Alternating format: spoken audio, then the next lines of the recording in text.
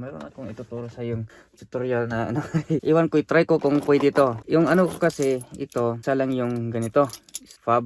No? Yun ang maganda pag may ganito kayo. Pwede kayong gumawa ng panibago. Ito, nag-order ako ng ano, fab. So, i-program natin to.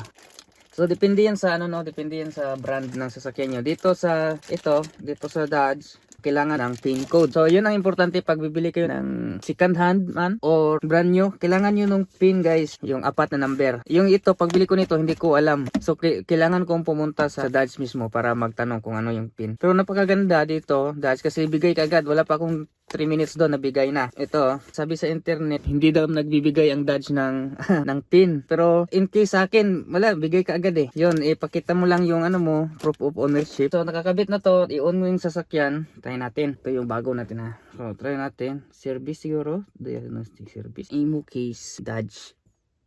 Hindi ko na ipakita yung VIN ko. Yan, so yan yung VIN ko, no. Okay ko na yan. So, yan yung sasakyan. Luma na luma. Kaya tayo, hot functions. So, dito na guys, sa menu na to, dito tayo, program keys. Pwede rin tayo mag-erase all ignition keys, no? Oh, maganda din to guys, pag mag-erase ka, halimbawa, kasi kadalasang may mga, ano, mga may-ari, unang may-ari, i-retain nila yung, ano, yung isang key fob, no? Or, halimbawa, kung nasa sa bangko nyo kinuha, yung isang key fob niyan, nasa bangko. So, pwede nyo yung i-erase. Kung gusto nyo, wala talaga maka-access sa sasakyan nyo, pwede nyo siya dito. Pero dito, mag-program lang tayo dito. Program. Tapos yan, this function is to be used when programming a new ignition key or reprogramming an existing. It will program the win functionality along with the remote key list and entry functions. Ignition should be in R in N position while running this function. Okay natin. Checking for pin. Okay. The anti-scan lockout mode. So yan guys, may problema tayo guys. Nag-lock out yung win daw, yung win. Baka siguro dati yung unang nagamit nito, naglagay siya ng pin dito na mga mali na pin. Meron ko nakita sa internet na ilagay mo lang sa on position ito for 1 hour. On position ito. Ganun. Tapos magre-reset daw yung ano, yung lockout counter. Tingnan natin kung gagana.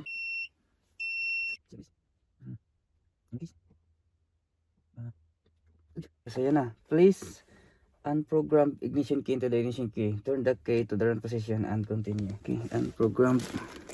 Yan guys, napasok na tayo guys. So mabilisan siguro to. Please unprogram ignition key into the ignition. So tanggalin ko muna itong isa. Tanggalin ko yung isa. Mabilisan. Yan. Okay.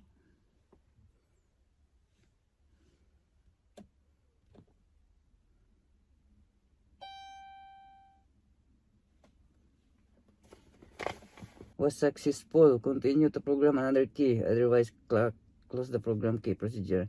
So, meron pa tayong isa dito. Yan, meron pa. Okay. Natin, okay. Please unprogram. So, tanggalin natin itong isa.